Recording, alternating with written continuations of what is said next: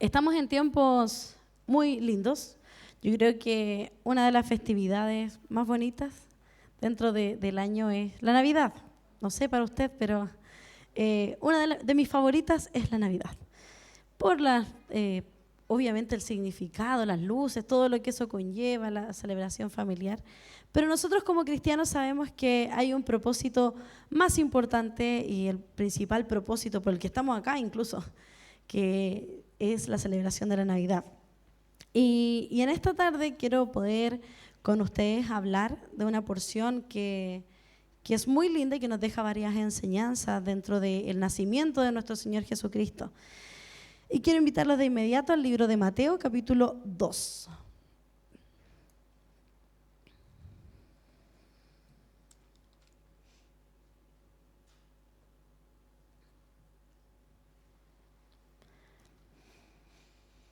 Y lleva por título La visita de los magos. ¿Lo encontró? Me dice amén, sí, dedito para arriba, no sé, algo. Pero ahí está en la pantalla ya. Le damos lectura en el nombre del Señor. Cuando Jesús nació en Belén de Judea, en días del rey Herodes, vinieron del oriente a Jerusalén unos magos, diciendo: ¿dónde está el rey de los judíos que ha nacido? Porque su estrella hemos visto en el oriente y venimos a adorarle. Oyendo esto, el rey Herodes se turbó y toda Jerusalén con él. Y convocados todos los principales sacerdotes y los escribas del pueblo, les preguntó dónde había de nacer el Cristo. Ellos le dijeron: en Belén de Judea, porque así está escrito por el profeta: y tú, Belén, de la tierra de Judá, no eres la más pequeña entre los príncipes de Judá, porque de ti saldrá un guiador que apacentará a mi pueblo Israel. Entonces Herodes, llamando en secreto a los magos, indagó de ellos diligentemente el tiempo de la aparición de la estrella. Y enviándolos a Belén, dijo: id allá y averiguad con diligencia acerca del niño, y cuando lo halléis, hacédmelo saber, para que yo también vaya y le adore. Ellos, habiendo oído al rey, se fueron. Y aquí la estrella que habían visto en el oriente iba delante de ellos, hasta que llegando se detuvo sobre donde estaba el niño. Y al ver la estrella se regocijaron con muy grande gozo. Y al entrar en la casa vieron al niño con su madre María, y postrándose lo adoraron y abrieron sus tesoros. Le ofrecieron presentes, oro, incienso y mirra. Pero siendo avisados por revelación en sueños que no volviesen a Herodes, regresaron a su tierra por otro camino. Amén. Vemos acá cómo es una enseñanza que a lo mejor hemos escuchado, visto, hemos a lo mejor visto en dibujos animados, películas, no sé, en representaciones teatrales de distintas maneras, donde hay muchas verdades que el Señor nos da a conocer, cómo estos hombres, estos magos, llegaron al Señor Jesús. Y cómo fue todo este proceso para poder llegar delante del Señor. Y uno de los primeros puntos que quiero destacar tiene que ver con el versículo número 2, donde dice, el versículo 1, donde dice: cuando Jesús nació en Belén de Judea, en días del rey Herodes, vinieron del oriente a Jerusalén unos magos. Primer punto que quisiera comentarles tiene que ver con el recorrido que tuvieron que tener estos magos. Un recorrido para llegar a la presencia del Señor. Al decir del oriente, estuve buscando y no se sabe con exactitud cuál era la distancia. Si bien estaban dentro de Jerusalén, no sabían cuál era la distancia de este oriente hacia Belén. Se decía que podían venir estos hombres ya sea de Persia, de Arabia o de Babilonia, y eso podría tener una distancia entre 800 a 1500 kilómetros. Entonces ellos recorrieron bastante para poder llegar a la presencia del Señor. Y eso en tiempo, en días, se calcula alrededor entre 2 a 3 meses, ya sea caminando, en burrito, en caballo, como fuese. ellos tuvieron que recorrer una distancia enorme para poder llegar a la presencia de Jesús, ante las plantas de Jesús. Y si nosotros pensamos y cómo lo traemos a nuestras vidas, cómo nosotros hacemos, o si fuésemos nosotros estos magos que van a la presencia del Señor, esto nosotros lo podemos interpretar como una acción de dejar nuestra tierra, dejar todo para poder estar delante del Señor. Y yo le ponía este punto de dejar nuestra comodidad, porque ellos tal vez estaban en su tierra natal, ellos estaban en su hogar propiamente, estaban con sus costumbres, estaban en un lugar calentito. Yo decía, ¿cómo habrá sido el clima? Traté de buscar también, pero me decía que probablemente ellos recorrieron una época de frío, pero tampoco era algo exacto. Pero ya sea frío o calor, tuvieron que recorrer meses para poder llegar a la presencia del Señor. No fue un día, no fue algo cómodo, no tomaron un avión tampoco para poder trasladarse acá, sino que iban de manera incómoda. Sabemos que en esos tiempos se trasladaban o su medio de transporte no era lo que hay hoy en día, era un medio de transporte más complejo. Pero aún así, ellos dejaron su comodidad para poder ir delante de la presencia del Señor. Y en Mateo 19, del 23 al 30,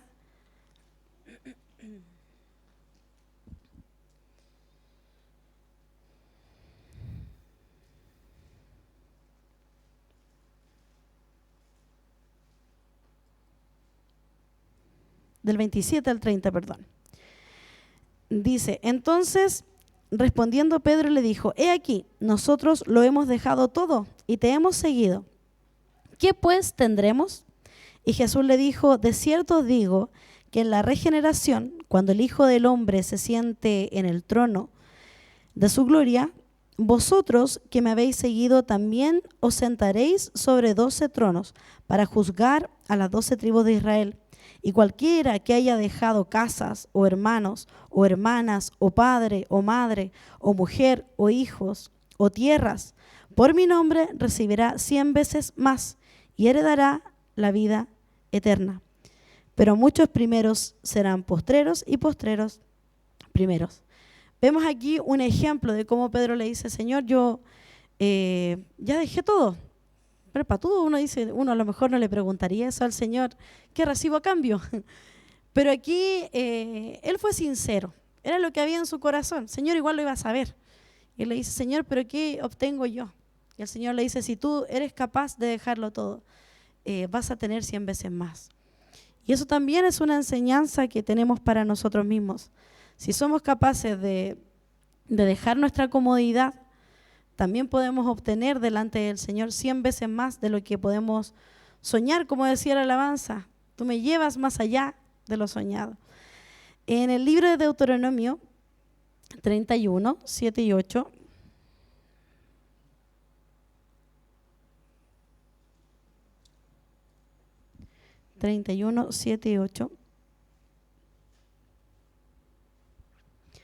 aquí tenemos un ejemplo, o sea, no es fácil dejar o tomar la decisión de decir voy a dejar mi comodidad para poder estar cerca del Señor.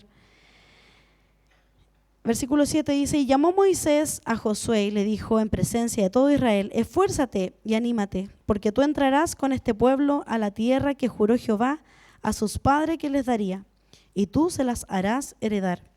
Y Jehová va delante de ti, Él estará contigo, no te dejará ni te desamparará, no temas ni te intimides. O sea, cuando vamos en busca del Señor, del propósito del Señor, el Señor va con nosotros y Él nos ayudará en todo ese proceder. Juan 8:12 también. Juan capítulo 8, versículo 12.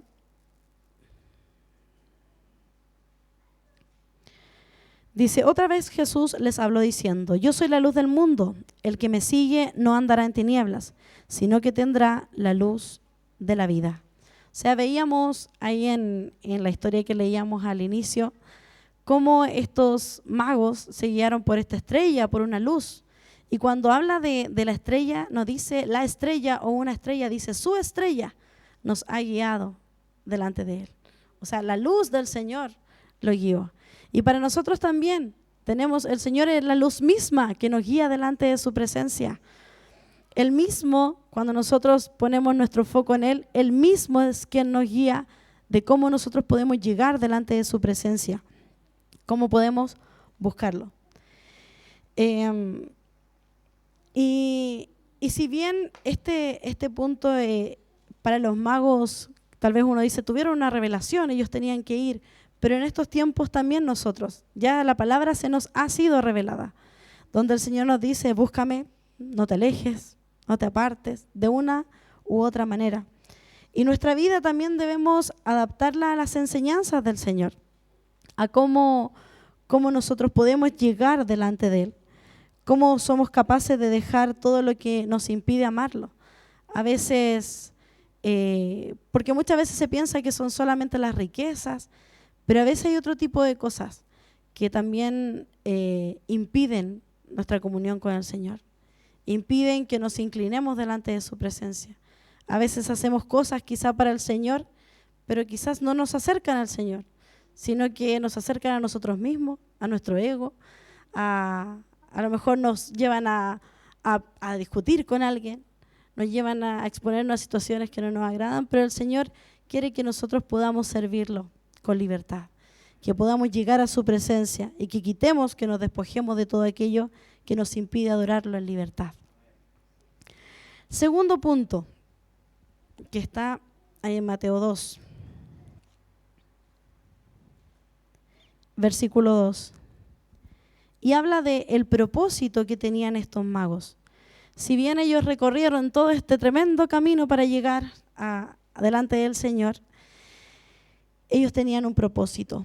Y dice, versículo 2 de Mateo 2, ¿dónde está el rey de los judíos que ha nacido? Porque su estrella hemos visto en el oriente y venimos a adorarle.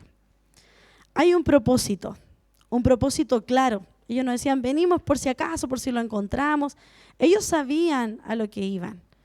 Y asimismo, nosotros, hace mucho tiempo atrás, uno de los chicos de la alabanza, comentaba y decía, a veces, no sé, no sentimos nada, pero no es porque el Señor sea su obligación hacernos sentir algo. Nuestro propósito debe ser nosotros entregarle a Dios, nosotros entregarnos delante de Él. Son fuegos artificiales, mi hermano, para los que se asustaron y miren.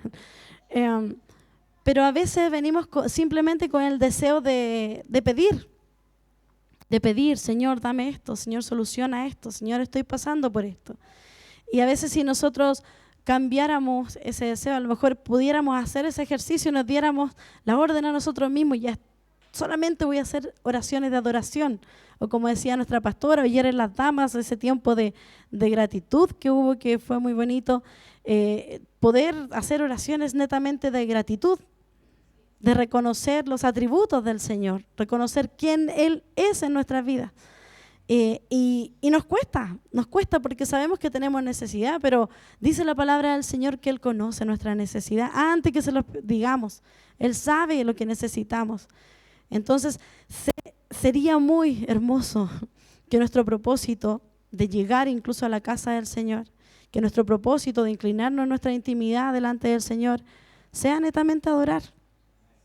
Pruebe un día y va a ver cómo eso fluye de una manera distinta, cómo nuestra oración fluye de una manera distinta y cómo el Señor también se muestra de una manera distinta.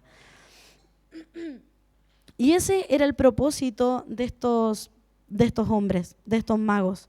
Todos nosotros tenemos propósitos diarios, objetivos a lo mejor anuales, no sé, este es mi año y que, como ya se viene eso, que este es mi año, que voy a hacer esto, que esto otro, nos planificamos. Un profesor tiene una clase planificada, si usted ve el cuaderno de su hijo, va a ver que dice objetivo de la clase, porque hay algo que se supone que deben aprender.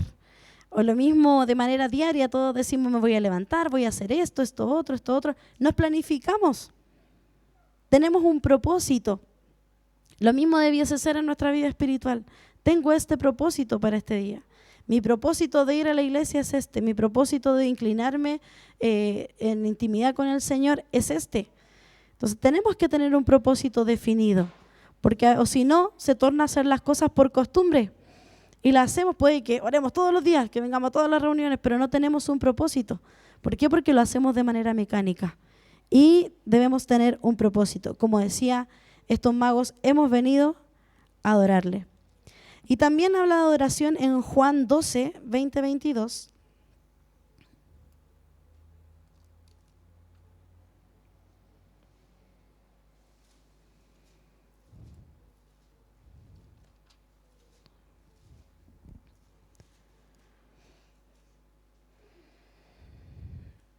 Dice así, había ciertos griegos entre los que habían subido a adorar en la fiesta. Estos pues se acercaron a Felipe, que era de Betsaida, de Galilea, y le rogaron diciendo, Señor, quisiéramos ver a Jesús. Y el 22 dice, Felipe fue y le dijo a Andrés, entonces Andrés y Felipe se lo dijeron a Jesús. Y el 23 dice, Jesús le respondió diciendo, ha llegado la hora para que el Hijo del Hombre sea glorificado. Me llamó mucho la atención cuando leí acá de los griegos, porque en la palabra del Señor, cuando menciona otras nacionalidades o de otros lugares, otras procedencias de las personas, es porque eran personas gentiles por lo general. Porque no eran judíos propiamente, no seguían al Señor Jesús habitualmente, no era su creencia. Sabemos nosotros que los griegos tienen una serie de dioses que son a lo mejor muy llamativos, historias entretenidas. Ellos venían de un pueblo completamente politeísta, un pueblo donde adoraban una infinidad de dioses para todo, los que han leído la historia, dioses para todo. Entonces ellos dicen que ellos vinieron a adorar. Entonces curiosamente se menciona, a lo mejor no se dice nada más de ellos, pero sí se dice vinieron a adorar. Y había un propósito en ellos también, así como los magos de Oriente fueron delante de Jesús con el propósito de adorar. Si bien en la palabra también hay personas que se acercaron al Señor buscando sanidad, buscando libertad, y no es malo, no quiero que diga nunca más puedo orar de esa manera, no, para nada, sino que nuestro principal propósito es entregarle al Señor, debe ser la entrega. Y en Génesis 22, 5, siguiendo con la temática de la adoración,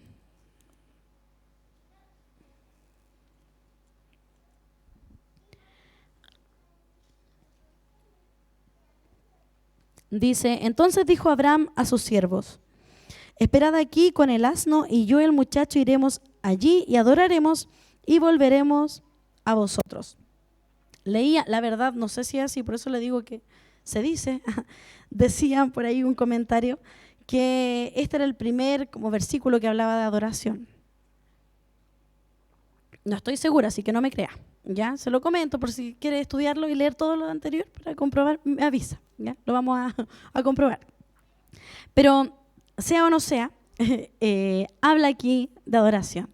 Aquí habla la historia de cuando Abraham, el Señor le pide que sacrifique a su hijo y vemos que hay un acto de adoración, un acto de entrega total, de entregar lo que más amaba.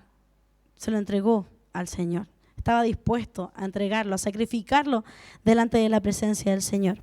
Hay una predicación bien bonita de un pastor, de Dante Gebel, que habla de esto y dice que probablemente, dentro del relato que menciona este pastor, dice, probablemente ellos adoraron al Señor de alguna manera y ahí llegó el ángel cuando le dijo, no lo hagas. Y me gusta esa teoría, lo encuentro bien bonito porque pasan cosas cuando adoramos al Señor. El Señor no es indiferente a la adoración de su pueblo. El Señor no queda inquieto, no le da lo mismo. No es como nosotros cuando alguien a lo mejor nos halaga, nos dice, ya dormimos, o no es así. El Señor no le da lo mismo. Para el Señor escucha la adoración de su pueblo. Y vemos como nosotros también tenemos distintas formas de adorar. Distintas formas en que el Señor dice, si tu propósito es adorar, hazlo. Y adorar, si bien hay expresiones de adoración, a lo mejor nosotros dentro de la casa del Señor cantando es una expresión de adoración, levantar nuestras manos eso es una expresión de adoración, que eso lo reconocemos, demostramos nuestra libertad ante el Señor, pero también hay otras formas de adorar al Señor, cuidando su creación, siendo generosos. También adoramos al Señor porque demostramos que el Señor está en nosotros y Él es glorificado. Como veíamos ahí, el Señor le decía a los discípulos cuando llegaron estos griegos, el Señor le dice, sí, es hora de que sea glorificado, de que la gloria de Dios se vea. Por eso llegaron estos hombres, para la gloria del Señor. Entonces nosotros también, o sea, todo lo que hagamos debiese ser con el propósito de que el Señor sea glorificado. Como les decía, podemos adorar de muchas maneras, pero para poder llegar a adorar, nuestro propósito debe ser adorar. No vamos a adorar si nuestro propósito no es adorar. Y en el Salmo 95, del 1 al 7,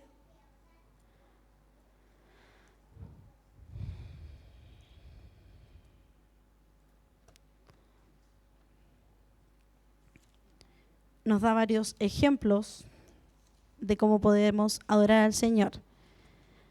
Del 1 al 7.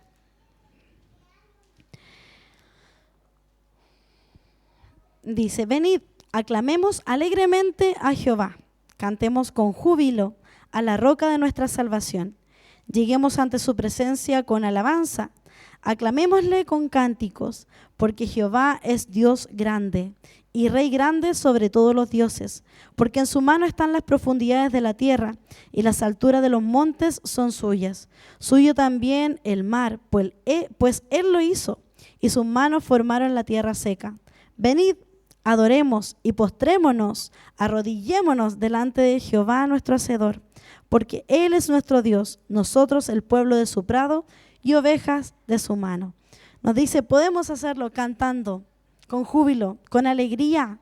O sea, al estar alegres demostramos también una forma de adoración. Siendo agradecidos, también adoramos al Señor, postrándonos, arrodillándonos, yendo delante del Señor. Demostramos adoración. Y la pregunta es, ¿será ese nuestro objetivo? ¿Será ese nuestro objetivo por el cual llegamos esta tarde? ¿O fue porque es día de reunión, tengo que ir? ¿O será mi motivo principal es adorar al Señor? ¿O tengo que hacer algo para el Señor? Mi motivo debe ser adorar al Señor.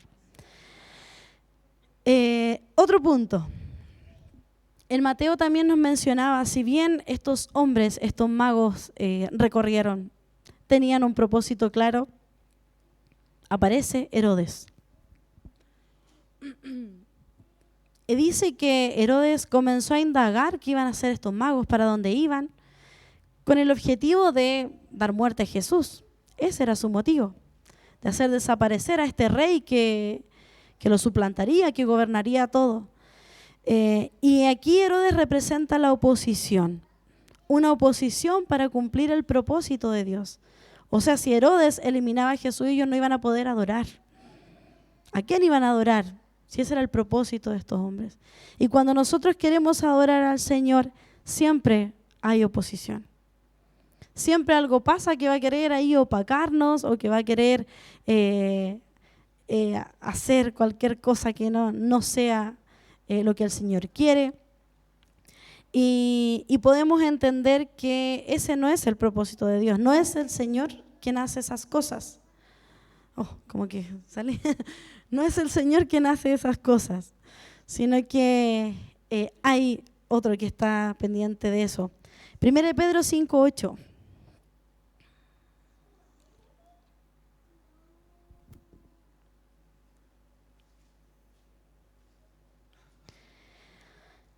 Dice, sed sobrios y velad, porque vuestro adversario, el diablo, como león rugiente, anda alrededor buscando a quien devorar.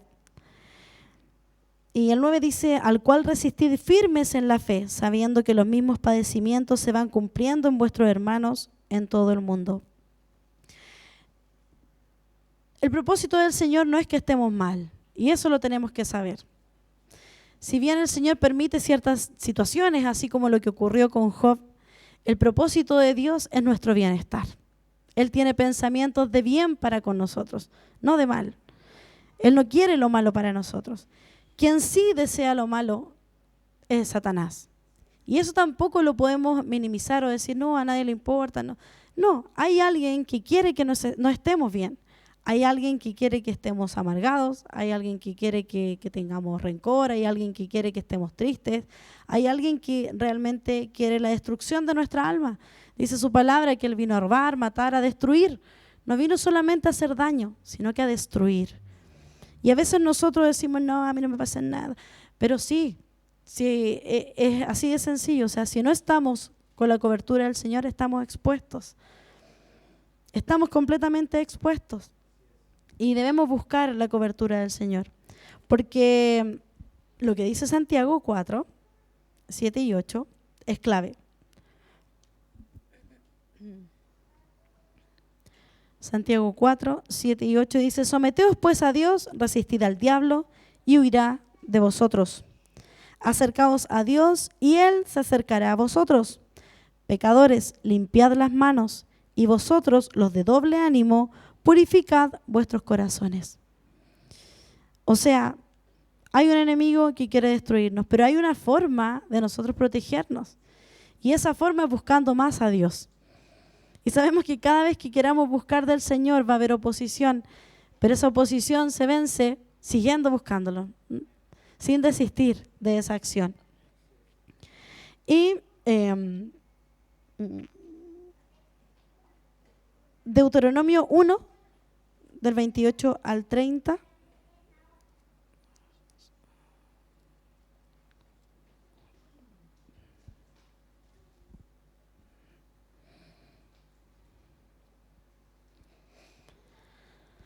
Deuteronomio 1, 28 al 30. También nos habla de una forma de oposición y dice, ¿a dónde subiremos? Nuestros hermanos han atemorizado nuestro corazón, diciendo, este pueblo es mayor y más alto que nosotros, las ciudades grandes y amuralladas hasta el cielo. Y también vimos allí a los hijos de Anac. Entonces os dije, no temáis ni tengáis miedo de ellos. Jehová vuestro Dios, el cual va delante de vosotros, Él peleará por vosotros, conforme a todas las cosas que hizo con vosotros en Egipto, delante de vuestros ojos. Es curioso cómo aquí se menciona, nuestros hermanos han temorizado nuestro corazón. Y a veces la oposición viene de la gente más cercana. Puede ser de nuestros hermanos quizás en la iglesia o nuestros hermanos de sangre, de personas cercanas a nuestra familia, nuestros compañeros de trabajo, las personas con las que compartimos más tiempo son los que más a lo mejor se burlan de que va a ir a la iglesia, el cristianito, o que ponen sobrenombres, o que si uno escucha una alabanza y eso, ridiculizan ciertas cosas del cristianismo. Y a veces nosotros tenemos simplemente dos opciones. O seguimos adorando al Señor, porque ese es nuestro propósito, o le hacemos caso a esas personas y dejamos de adorar al Señor. Y eso nosotros también tenemos que ser cuidadosos y pensar, la oposición no viene precisamente de las personas, sino que viene del adversario, como decía su palabra, del adversario, el diablo. Y el último punto que habla Mateo 2, está en el versículo 11.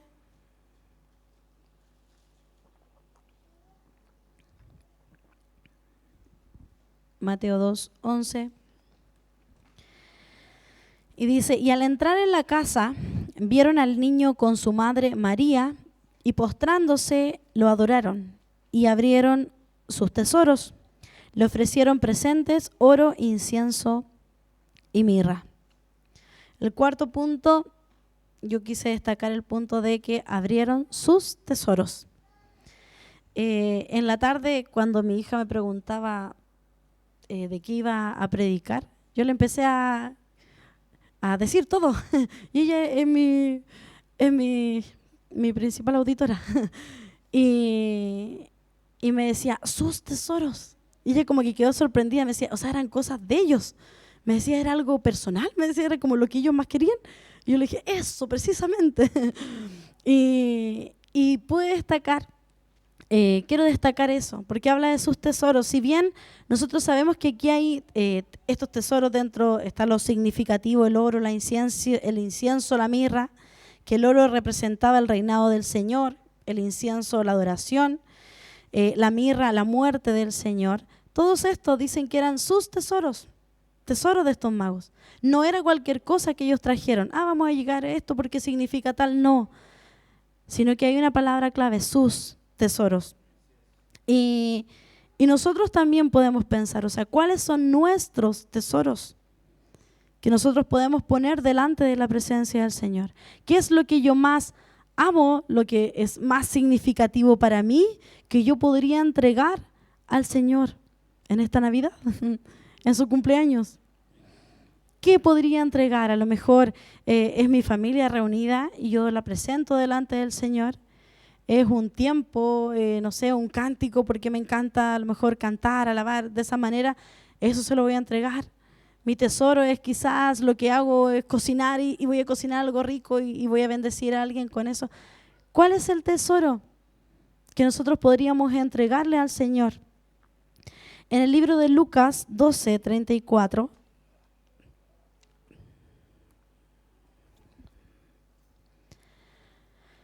dice, porque donde está vuestro tesoro, allí está también vuestro corazón. O sea, estos magos sabían que si ese tesoro lo entregaban delante del Señor, ahí estaba su corazón. Si nosotros entregamos algo delante del Señor, es porque ahí, delante del Señor, está nuestro corazón. Y eso es una invitación importante que le hago en esta tarde, que ¿dónde quiere que esté su corazón? ¿Dónde quiere que esté lo mejor de usted? Y lo principal es la presencia del Señor. En Hebreos 13, del 15 al 25,